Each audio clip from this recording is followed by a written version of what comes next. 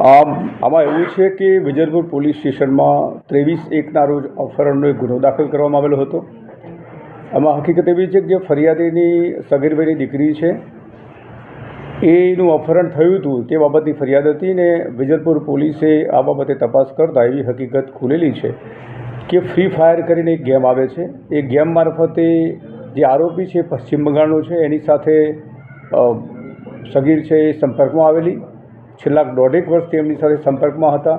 ત્યાર પછી એમને એકબીજાના નંબરની આપ-લે થયેલી અને વોટ્સઅપથી પછી એકબીજાને વાતો કરી, મોબાઈલ કોલિંગ કરેલું અને તે રીતે સંપર્કમાં આવતા જે છોકરો છે, જે આરોપી એ આશિક ઉર્ફે અરમાન મોહમ્મદ અસગર, એ ત્યાંથી અહીંયા અમદાવાદ આવેલો અને અમદાવાદ આવ્યા પછી જે ભોગ બનનાર છે એના રહેણાંક મકાને ગયેલો અને ત્યાં એની સાથે બદકામ કરેલું.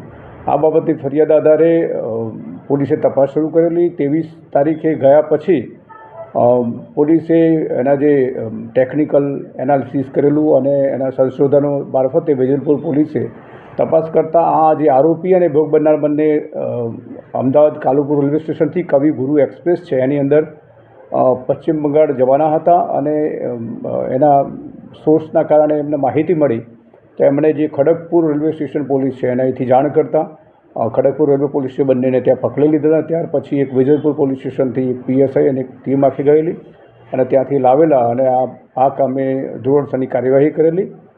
સદરુ તપાસ દરમિયાન પોક્સો તથા એટ્રોસિટી એક્ટ મુજબનો ગુનો બનતો હોય જેથી તેનો FIRમાં ઉમેરો કરવામાં આવેલો અને ત્યાર પછીથી આરોપની સદર ગુનાના કામે આરોપીની ધરપકડ કરવામાં આવેલી છે અને તપાસ હાલમાં ચાલુ છે.